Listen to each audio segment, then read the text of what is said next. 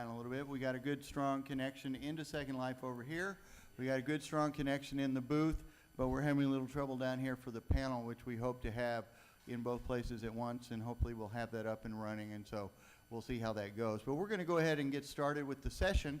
And so I think everybody knows who I am, Larry Johnson with the NMC. This is going to be kind of a laid-back and kick-back session. I want to welcome everyone. Behind me on the screen is a live shot of Second Life, the NMC campus, and we are streaming into the screen on the Gonic Amphitheater. I want to welcome all of the folks in Second Life who are there to join us, and there are a bunch of folks sitting there in the amphitheater, so wave everybody. Hey folks. Hi Heidi, hi Seb, hey Jampa. So board members, I see that Jean-Paul is there, that's Jampa Borbelli there. And welcome to the folks in there. We are very honored to have with us here in Cleveland tonight two of the builders of Second Life, Giff Constable and Sarah Van Gordon, two of the key folks who worked with us over a period of about 6 weeks to build this pretty magnificent construction. And you're going to have a chance to ask questions of them, as are the folks in Second Life. We're going to have a building demonstration so you can see how they did it. I think that's going to be something that you're going to really enjoy seeing. But to start things off, we want to show you a video that is literally just out of the can. It's so new that we haven't actually put the credits on it yet, or the titles. But if we could go ahead and roll that Second Life video, we'll start with that. We want to show you that is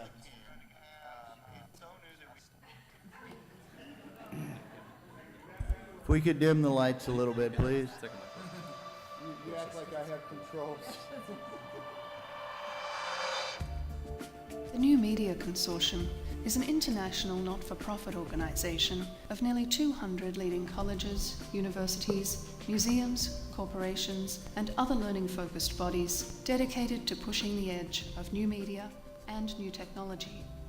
For several years, the NMC has been at the forefront of using the two-dimensional web as a space for convening people around new ideas and knowledge sharing. The rich, interactive, three-dimensional NMC campus is located in the virtual world of Second Life.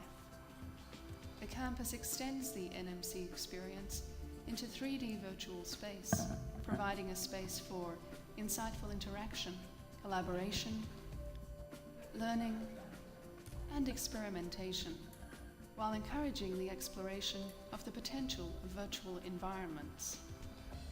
It is a place intended to inspire creative ideas and stimulate thoughtful discourse related to the potential of such spaces.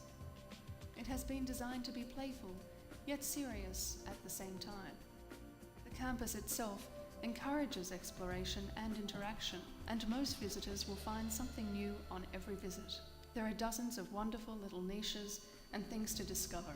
Like the World Wide Web before, Second Life is a platform that allows users to share their ideas and creations with others around the world.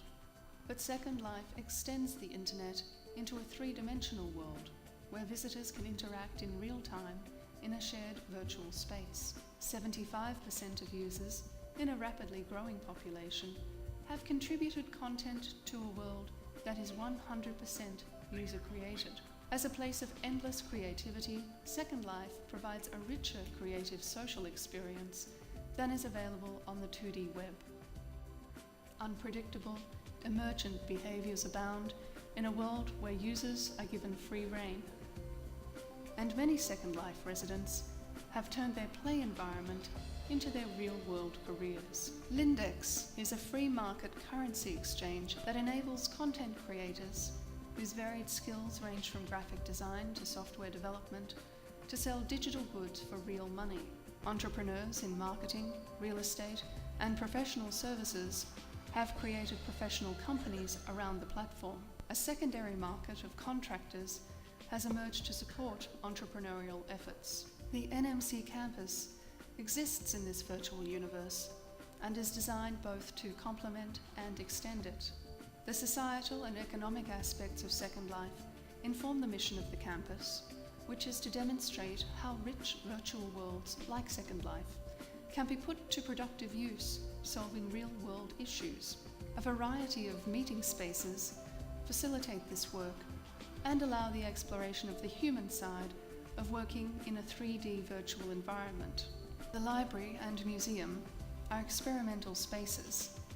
The Malcolm Brown Library is the focal point of experiments exploring the intersection of 3D virtual space and the web.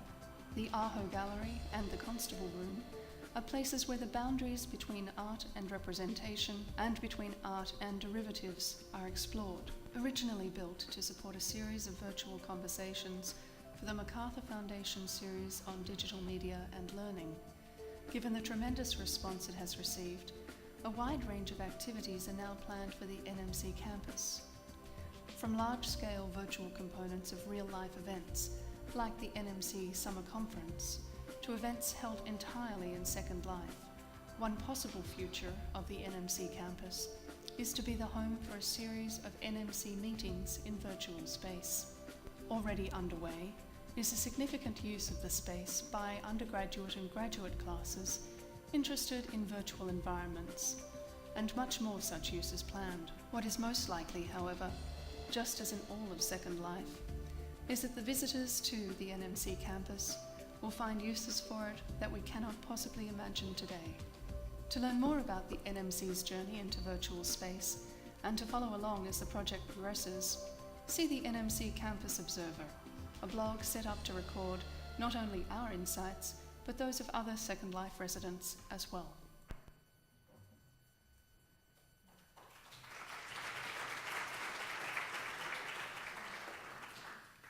Okay, so that gives you a sense of what we're planning to do, and it gives me great pleasure to introduce Sarah Van Gordon. Come on up here. Gift Constable, who are known in world as Corey Ito and Forsetti Svarog. That's right. I know him as Forsetti because I can't say the second one. Right. And Corey is an incredible designer. She has many of the same skills that you guys do, and GIF is as well. And so with no further ado, I'm going to turn it over to them. All right. And we're going to have some fun. All right. Can you guys hear me properly all the way in the back? Good. I don't have the benefit of cool space age music behind me, which is kind of unfair, I think. But we're going to try to keep this fairly informal and fairly short, sort of buzzing through the campus a little bit and talking about some of the high-level concepts behind Second Life, and then really open it up to Q&A from you guys. And my hope is that after last night, watching the way the band was playing, you guys are not a scared bunch. You guys will chime right in and ask some tough questions, which we can dig into. Second Life, for those who don't know, was made by a company called Linden Lab out in California. They're up in San Francisco. And what they're trying to do is build really a platform, an underlying platform for an immersive three-dimensional space. In the same way that your browser can interpret programming languages in HTML, they have a client that can interpret three-dimensional information and scripted information to create a very rich dynamic environment like you see in front of you. It's totally open-ended, so it's very unlike the persistent games that are out there, like World of Warcraft, where there are rules and you sort of play a role and you go and you try to win. This is open-ended, and actually it leaves some people a little bit puzzled about how to interact with Second Life. They get there and they go, well, what do I do now? And really, it's anything you want. The entire world is made by the residents. So just like we built this entire infrastructure that you see here, the rest of the world is likewise. It's generated. All the clothing that is made, all the hair that is worn by the avatars, the animations to make an avatar dance, to make them move, that is all created by residents that have joined Second Life. Sarah, who I call Corey and Sarah interchangeably because we knew each other as avatars in Second Life before we actually became colleagues in the real world. So if I refer to her as Corey, don't be surprised. We both came to Second Life, we both discovered it in November of 2004. It really kicked off in late 2002 and went through a few evolutions, and it's been an interesting ride since then. We're going to start showing you a few things over at the Sporer Commons. This was a really neat project for us. Larry and the NMC came to us in February of this year with this concept of building out a space to explore virtual worlds, to explore discourse and education and how people can use virtual worlds. And he was very prepared, had come in and done a lot of research, and gave us a document saying, I want this sense of wonder and exploration on the island. I want these certain buildings with functions for people to be able to interact formally in a lecture situation, or to be able to interact informally, sitting at the side of a pond with their toes floating in the water, as you saw in the video before. And what we tried to do in creating NMC was take his requirements and design out what you saw. And it went through a few iterations, but everything you see here was done over about a 6-week period. So in terms of just the creative environment of what you can do in Second Life, creating something of this scale in 3D for a lot of people used to older applications, in 6 weeks is actually a little bit surprising. You can very inexpensively and very quickly build some very rich environments in Second Life, so it's a neat platform that we all have. The common area, one of the interesting things about Second Life is it is fundamentally a social platform. There are two sides to Second Life that you see. There is a consumer side, which is what the Business Week article that made the cover a few weeks ago was primarily talking about, is how are consumers coming to Second Life and how are they using it? And people are using it for all sorts of things. They get on there to play, to dance, to meet people, to be entrepreneurs. All the sort of resident creations that I was talking about, a lot of people have businesses that they now support themselves entirely with. What's interesting about an immersive environment like this is the bonds. Yes. The fellow who made those robots, and he made a lot of the wonderful sculptures upstairs, is actually a math PhD at Stanford. And you see these incredible, you can obviously tell he likes math when you see a structure like that as well, but he has a great sense of humor and has some whimsy. Bring it up to Stella's Prim sculpture as well. This is one of my favorite sculptures in Second Life, just to take a slight tangent here. Everything in Second Life is made up of very simple building blocks that are called prims. And so this is a perfect example of how you build things. This is the evolution of the prim. And so you start with a box, and you start with a sphere, a box, a cube, and you can twist these things around, change them, stick them together, then texture them to make something very rich. Stella is one of my favorite, Stella Costello is her avatar name, one of my favorite sculptors in Second Life. But I was talking about social interaction and relationship building, and not to dwell on that too long. But when I first came to Second Life, I was fascinated by the creative elements, how it was sort of an open canvas for people, and I was fascinated by a lot of the intellectual things going on in terms of intellectual property, the fact that people were creating governments, local governments within Second Life and whole towns. There's a whole economy of about $5 million US dollars in transactions of goods and services every single month that's going on in this economy. All that stuff really caught my eye. What I didn't expect was to find a year and a half later that I would have some very, very good friends and even colleagues that I've met and worked with. And there's something about an immersive environment where it is not the same as talking with someone in real life, where so much of what we have in our interaction is nonverbal. But at the same time, it is much more powerful than the disembodied forms of communication like email, instant message, and the phone, where you are talking. Somehow when you're a 3-inch human and you're talking to another 3-inch human, and you've invested some of your creative energy in customizing your avatar, and your imagination then folds into the computer, and the person you're talking to all of a sudden becomes a little bit more real. I think that psychologists and sociologists are going to have a field day with Second Life over the next 10 years. I can't put my finger on why this works, but for some reason, the bonding and the relationship building that goes on in Second Life is really strong. And this is why we think it has a chance to, in a lot of ways, help at a very macro, ambitious scale, make the world a smaller place. Television has been doing that to a certain extent, and the internet has been doing that to a certain extent. But the internet is, to a large extent, sort of you on your own in front of the computer interacting on your own with the internet. Well, this is fundamentally a social experience. And of course, technology is fast and human behavior changes very, very slowly, so it's going to take a long time. But I'm a big believer in what this can do for society and even the world in terms of bringing people together because of the relationship building. We're going to hop over quickly to the museum.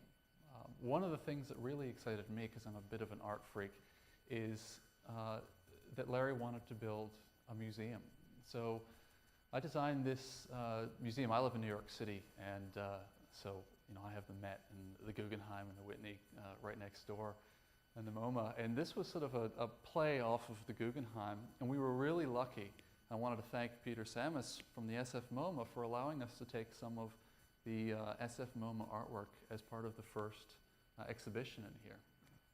But the museum to me really represents how Second Life and this type of platform can help spread knowledge around the world. And it isn't just for art, but it's an interesting example of how this works.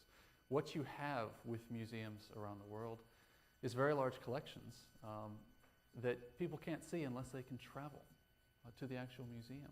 And all of a sudden you have the ability now to take some of those collections and share them with the entire world in the setting that the museum actually has. On the internet, you sort of browse around clicking from picture to picture. But a museum, when you walk into a real museum, you have a structure, you have architecture, you have light, you have sound, and it's also a communal experience. You are seeing art and experiencing art with other people around you. And you have the same opportunity to do that now in Second Life. You can choose what types of paintings are next to each other now, instead of like the net. You can show size and proportion of why did one artist choose to make one painting small or a sculpture small and someone else decided to make something huge. All those things can now be brought into something in Second Life, and it can be shared with the entire world. So, the notion that a virtual world can break down geographic boundaries for education and for art and knowledge sharing is a really powerful one. Let's hop over to the lecture hall.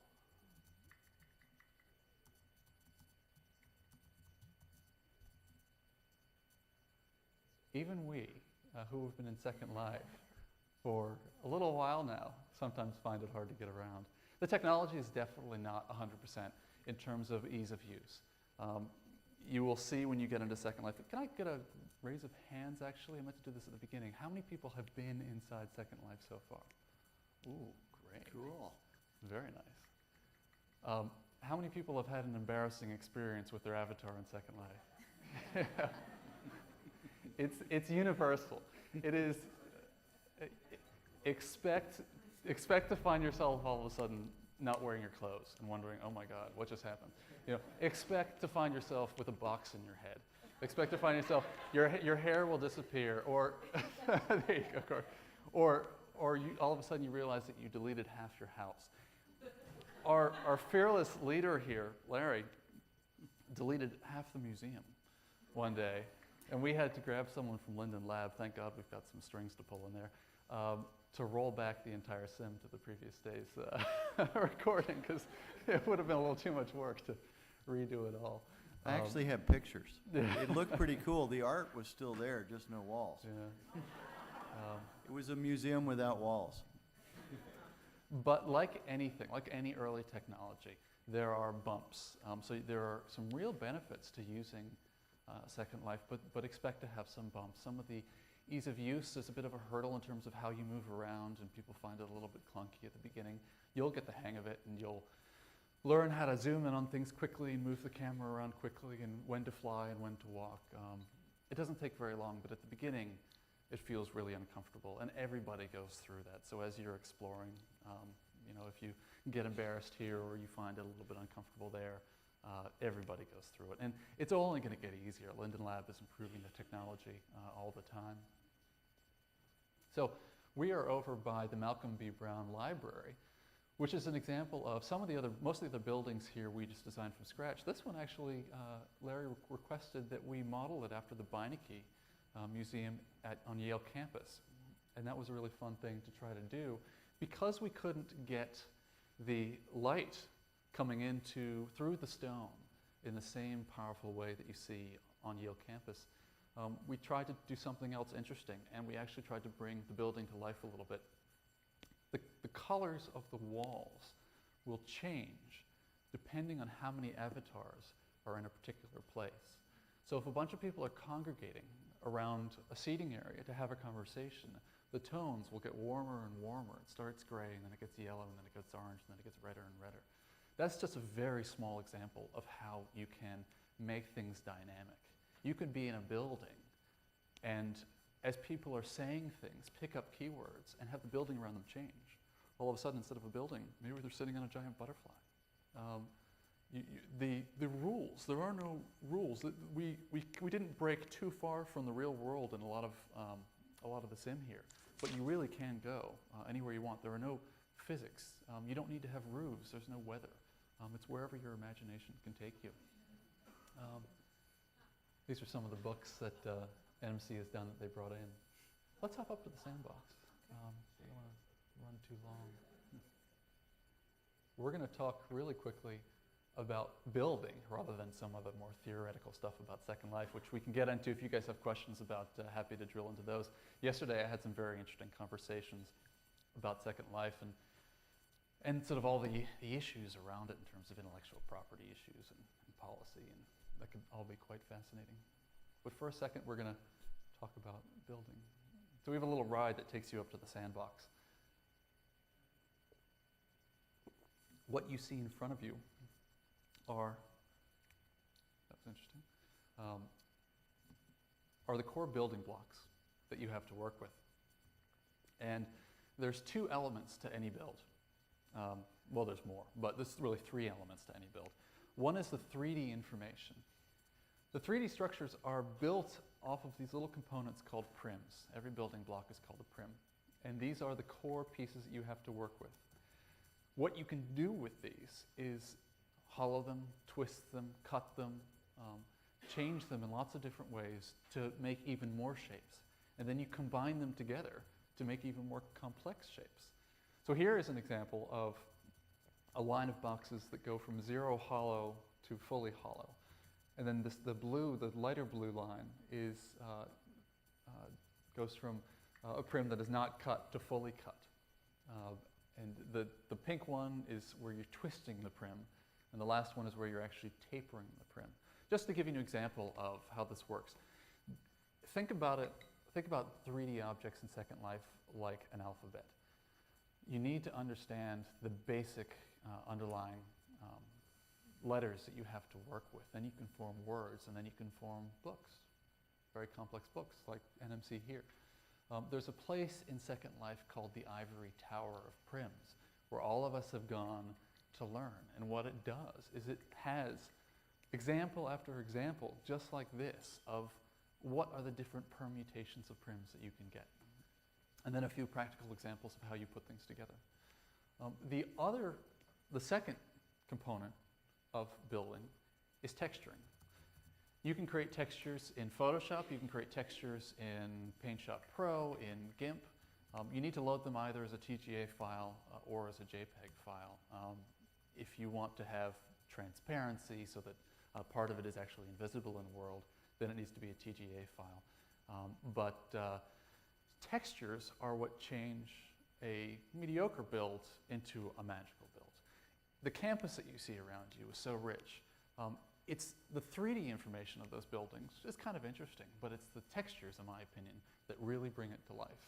This is a little fun thing that Sarah and I made as a Halloween present for a friend of ours. I think it was last Halloween, was it? Yeah, it was. Yeah, And we left this, Mistress Midnight owned Midnight City, which a very colorful friend of ours named Amy Weber is now actually in charge of it. But there was a pond in Midnight City, and on the night before Halloween, we left Chester, our little deep sea friend, in the pond for her to discover the next day. But he is basically just a whole bunch of combinations of those shapes, twisted and combined into this giant creature. But the real magic is the Photoshop work that Sarah did to bring him to life and make him oily and scary and sort of disgusting. And so it was, and there's an example of an image which was done in Photoshop, and then you load it and it maps to the actual print, and that really brings the builds to life. The third component, which isn't necessary but can add some richness, is actually programming. So the scripting language on top of this, which can make things dynamic, which can make them move. If you want to have a windmill, for example, you want the rotors to turn, you can bring things to life that way. And so some people are experts in the scripting language. You see people collaborate so that you'll have a lot of our bigger projects. Sarah will work with someone who's very, very fast with doing the 3D information but isn't as good in Photoshop. So he'll lay out the 3D build. Sarah will come in and will texture it with her beautiful style. And then we will have a programmer who can come in and bring it to life with the interactivity. So that's a little bit about building in Second Life.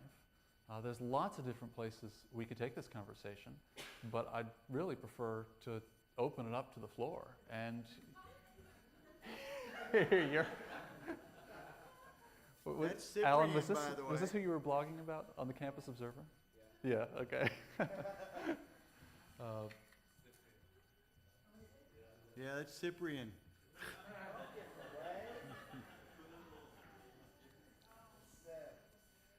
There's a lot of people actually ask us how things are being used. I talked a little bit about the consumer angle of it. We, as Electric Sheep, we're a partner of Linden Lab. We work entirely on top of this platform, just like Sapient used to work on top of the web consulting companies did. And so corporations and nonprofits come to us to build out environments within virtual worlds. We work also with their platform, and we're looking at a few others. But in terms of just creative flexibility, Second Life, I think, right now is the best. And we have folks coming to us with lots of different types of projects.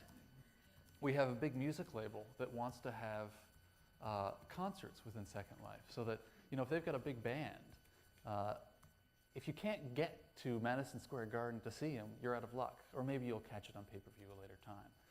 But think about being able to have a concert where thousands of people from around the world can log in and sort of participate with, it's not the same energy, sure, as dancing in an environment with a live show going on, but still, to have an interactive experience, being a fan of your favorite band, surrounded by other fans and chatting about it as you're listening to music, and potentially watching avatars of the band members up in front of you moving the way the band members do, can be really neat. That's one example. There's some media companies that are looking to do virtual communities for television shows, so that you can come in and dress like the characters and be in a town where the is that Barnes? No, no, that wouldn't be Barnes. Be in a town where it's shot, and there's a lot of people looking to use it for simulation and training.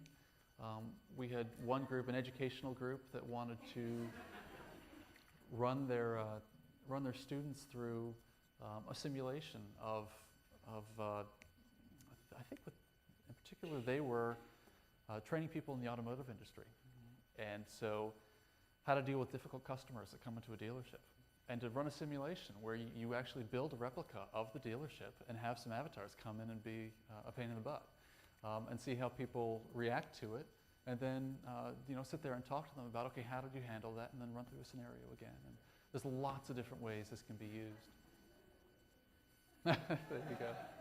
So anyway, I'm going to stop talking for a second and ask, does anyone have any questions, either from Second Life, and Sarah's going to try to monitor that, or here in the audience for any of us.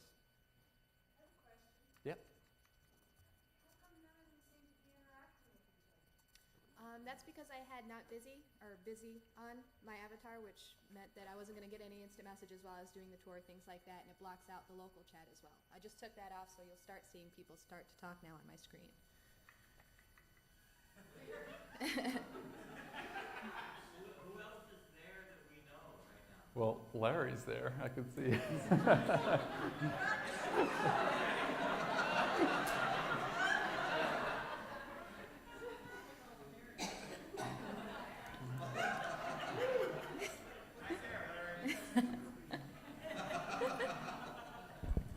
Why not?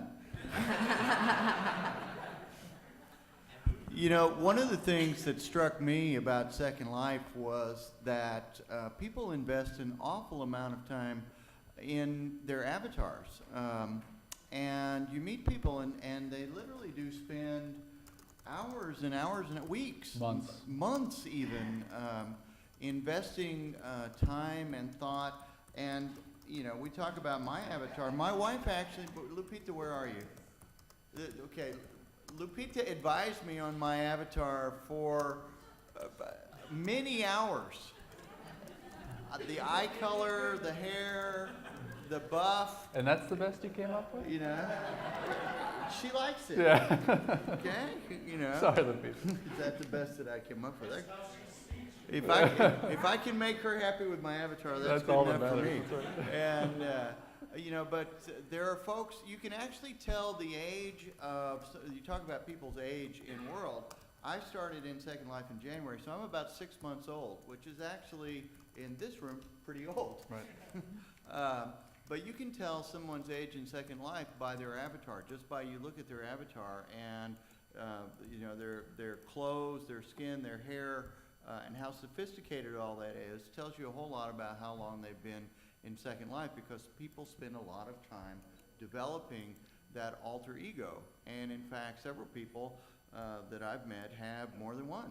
And it's an interesting dynamic of spaces like this that I've enjoyed thinking a lot about how that works. And we even have an example of an alter ego here. So. Right. I actually still don't like my avatar. The Linden Lab is really improving how they can look. I still find it frustrating that I can't make my avatar look like me without a whole lot of work. And we'll get there. I think eventually what you'll see is that it'll become very easy for people to work in Photoshop or maybe even have an automated system where you could load a picture of yourself and an avatar will come out looking fairly close to you. But we're quite a few years away from that. But I see sort of a time when people are interacting, they sort of have their serious avatar, which looks like them and maybe has their real name and identity is associated with them, and maybe they have a play avatar, which is as wild as they want to be. Go ahead.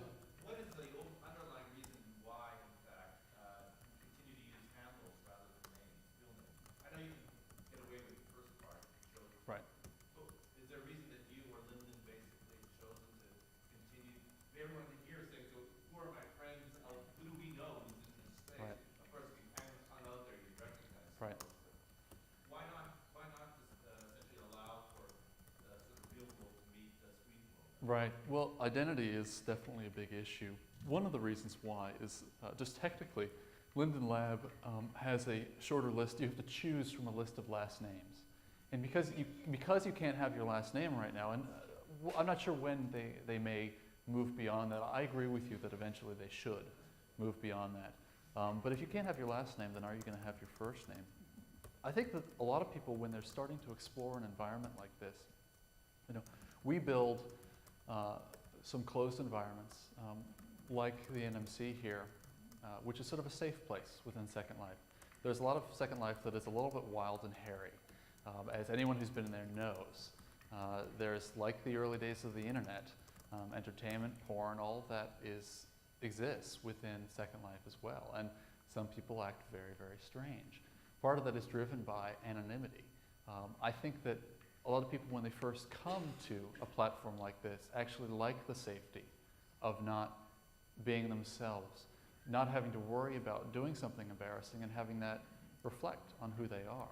So you can come and you can learn about something, and then maybe you go create your actual real avatar, but it acts as a protection. Now, just like the internet anonymity brings out the best in some people and the worst in some people. So for some people, it's incredibly liberating. For the first time in their life, they can try to be, what they never could. They can escape the confines of the society that they live in. And that's really empowering. And it's an interesting thing to see. You see it in a lot of ways in Second Life. There's a number of people who have Asperger's syndrome in Second Life, and Second Life is just heaven for them. So these are folks that have a really hard time interacting socially, person to person in real life. But on Second Life, it comes naturally to them. They're some of the most talented and popular people in Second Life. Torley Torgerson is one of the most famous avatars in all of Second Life, and has now actually been hired by Linden Lab to be sort of a community representative. She's called Torley Linden now. Very, very quirky. Torley has Asperger's in real life, and but in Second Life, she is the most popular person in town, and everyone loves her. She gets along with everybody. So I think that we're going to evolve to a place where you have both. Right now, for technical reasons and maybe for cultural reasons, it's largely through pseudonyms. So Larry, do you want to sort of just share with others sort of what your thought would be on sort of the ad hoc dancing and playing, what you imagine and we've already begun to play with this sort of broader community here at the sense of the use, whether they're or the library? We have put a considerable amount of thought into that, and you can go around Second Life and find an awful lot of interaction where folks are getting together, a lot like what you're seeing there, and they're chatting about this or that and the other, and dancing, and we expressly are trying not to do that, although there certainly is a place for that, and I don't mean to diss it. But you notice that when we made our video, the story that we told, it didn't have any dancing in it, because that's not what we are really wanting to try and do with it. We're really wanting to try and find a way to explore virtual world in a way that you can do work. And so what we tried to do when we built the island is to create spaces where you can bring people together to collaborate. And so what we found is that an important component of Second Life that you're not seeing, it's a very visual experience that we're having right now, is the importance of having an audio channel. And we've been experimenting with all different kinds of audio. We've used Skype, we've used Team Talk, we've used a number of other strategies. We're setting up a streaming server so that we can deliver one-way audio as well as different kinds of strategies for two-way audio. But what we found is that it really adds a lot of dimensionality above just a conference call. And we've begun to use it for staff meetings, actually. We've had quite a few staff meetings in there.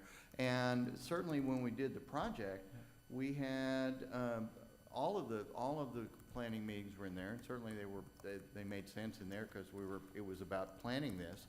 But there's a certain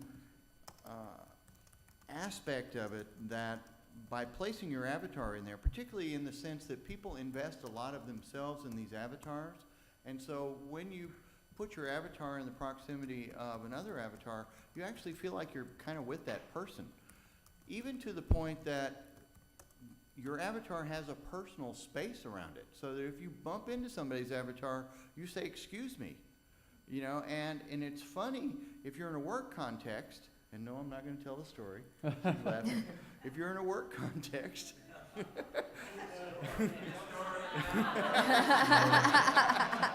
That was big before. yeah. When we're out in the foyer, I'll tell it to you individually. It's a really good story, but there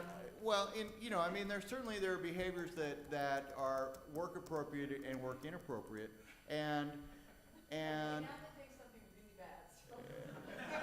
Well, for instance, if you're at work, you wouldn't necessarily. Okay, I'll tell the story.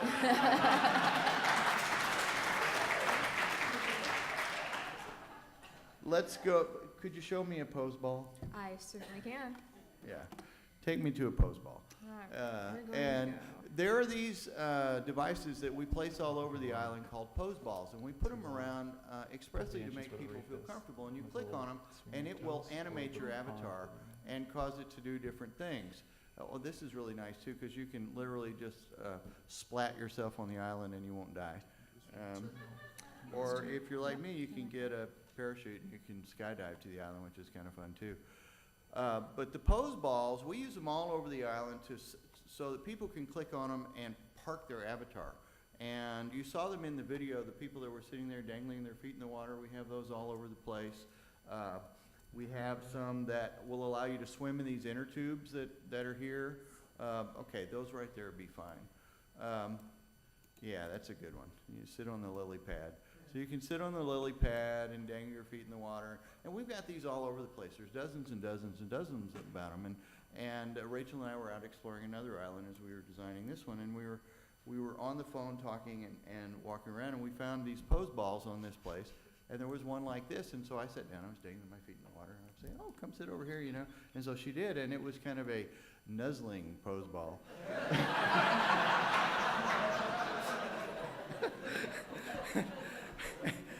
And it was like, undo, undo.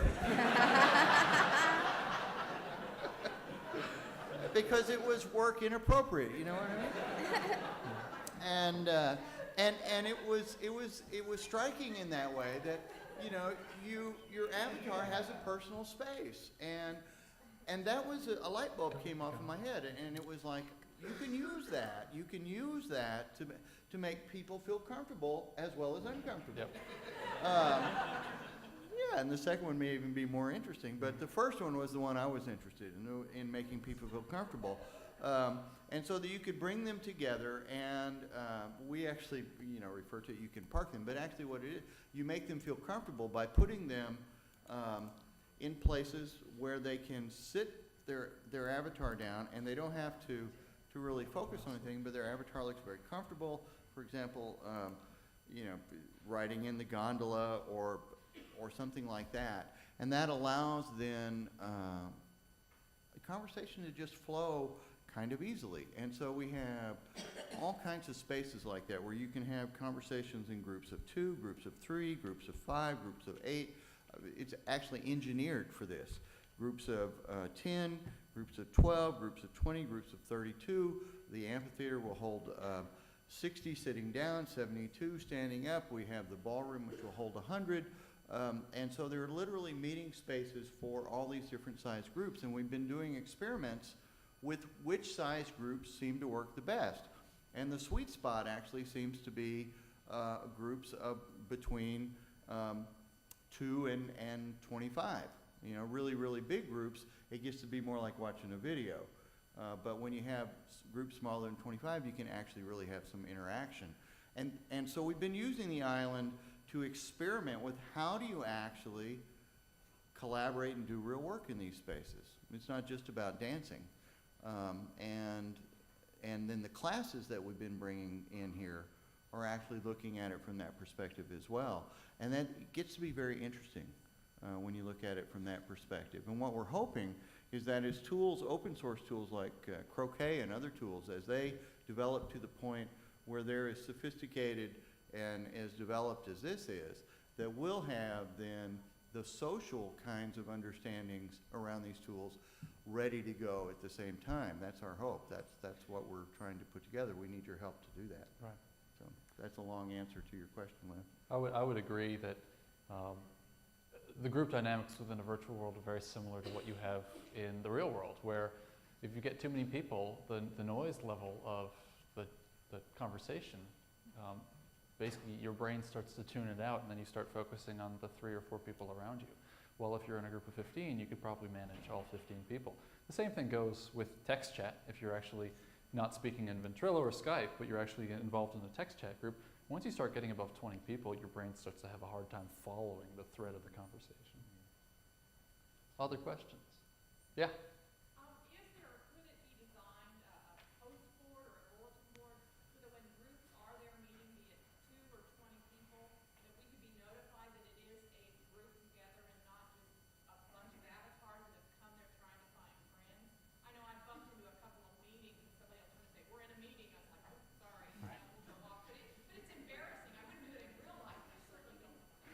It's a common thing.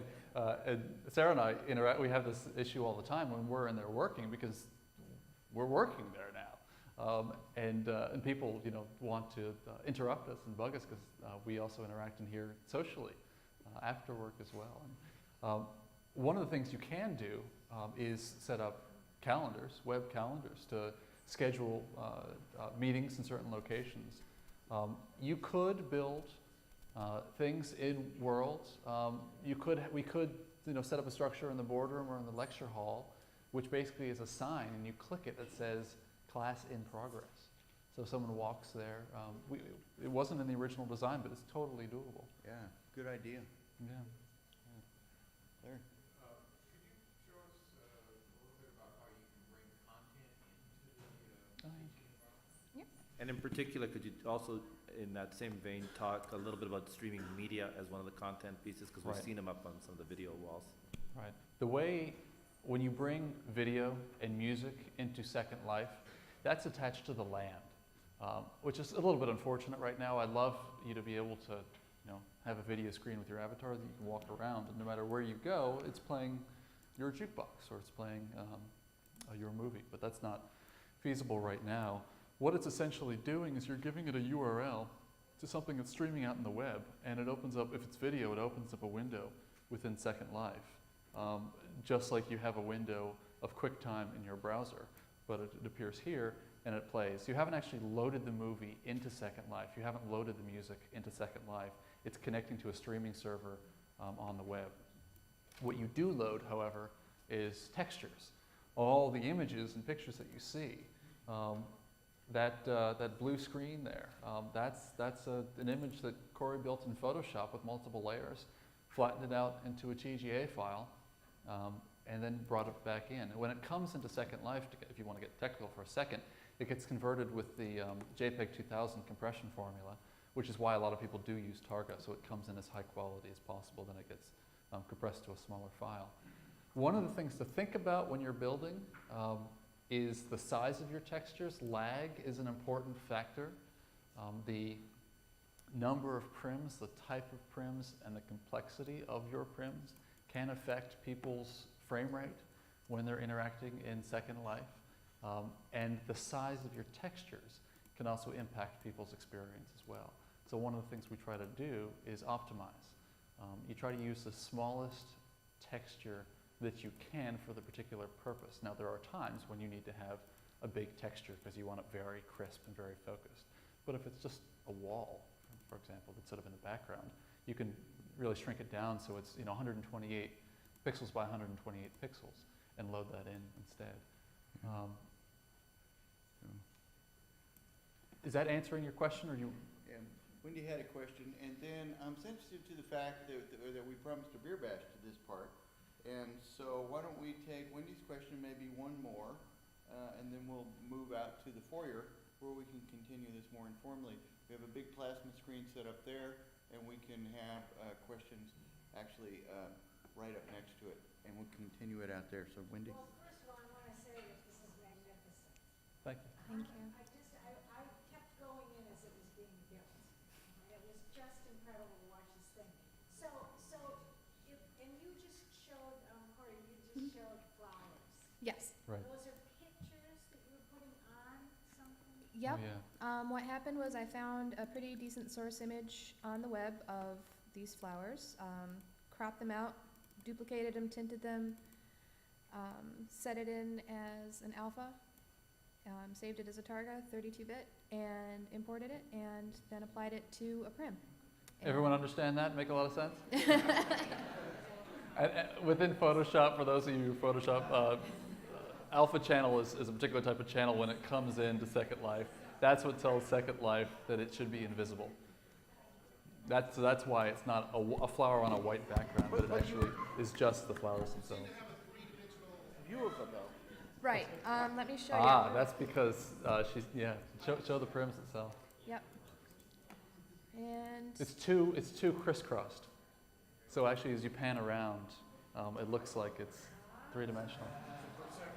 There's a lot of tricks of the trade in terms of building in Second Life to make things effective with as few prims as possible. If you end up going out and getting your own plot, it's lovely to have a full island like this. You can really indulge and make things magnificent. If you go and get your own little 512 plot in Second Life to experiment around, you don't actually get that many prims, these little building blocks to work with.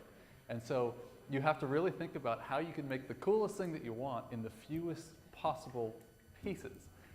Which is why a lot of people go and build in the sandboxes. Now, in the sandboxes of Second Life, unfortunately, you get a lot of misbehaving people as well that come in and think it's really fun to go shoot people with guns and do silly things like that. There are some quiet ones you could find. But in the sandbox, the prims you have to work with are unlimited. So some of the best creators, actually, in Second Life just work in the sandboxes because they don't have to pay Linda Lab a lot of money to have a big plot of land to work. They go to a sandbox and they make these magnificently huge towers and creations in these sandboxes.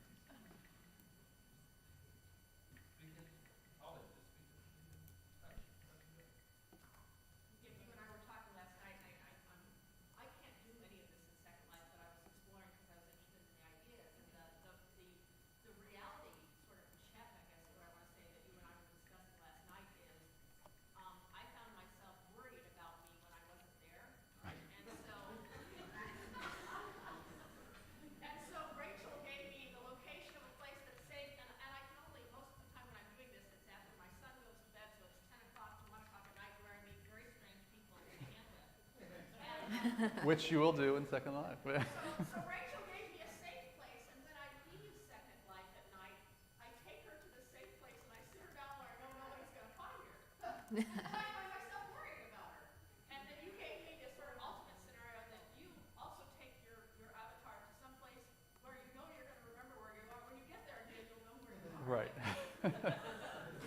I don't want to log in and all of a sudden I'm in a strange place with people talking around me and I'm sort of interrupting by appearing out of thin air in the middle of a conversation. So yeah. I just think that it's so real that Yeah. there are times when I have problems figuring out who I am. Yeah.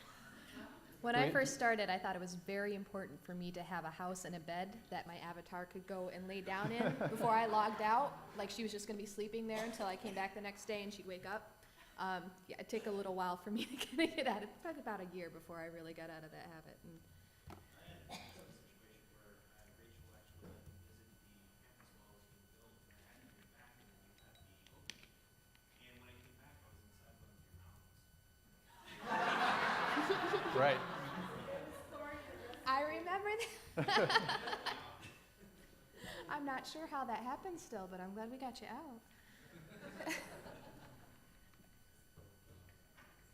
But if we're going to break and go out, I guess the one thing I would say in conclusion is that a lot of Second Life right now is wild and woolly on the consumer side of it as opposed to the more professional projects that we're doing. And there's all sorts of experimental behavior. And even a lot of it can be quite ugly because, let's face it, a lot of it is really an amateur doodle pad for people who just want to play around creating things. And it's this really neat canvas for you to work in. But don't let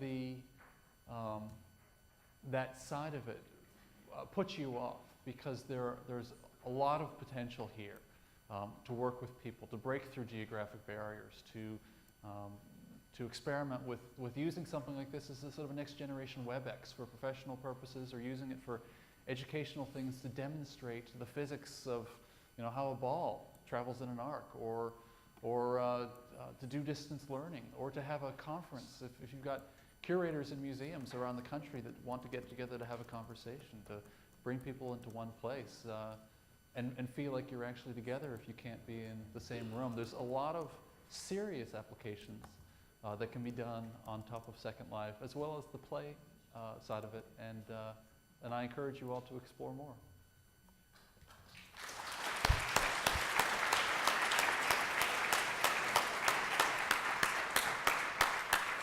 So thanks to you, Giv. Thanks, Sarah. And I should mention that while these two we're privileged to have here with us, they represent an amazing company, folks, the Electric Sheep Company, that are fellow travelers, really, with the NMC, and there's a bunch of them. And so we'll talk about them out in the hallway. Let's go drink some beer. Thank you for coming.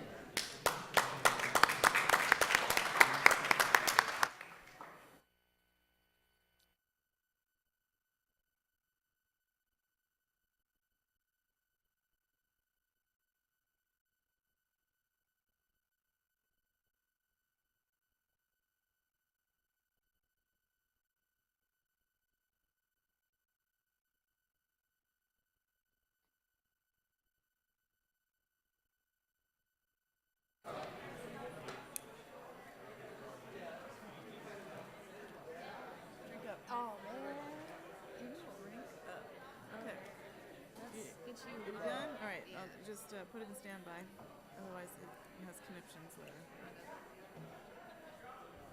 Yeah. I'll get it. You can grab, that's your mouse? That's easy, my Yeah, you can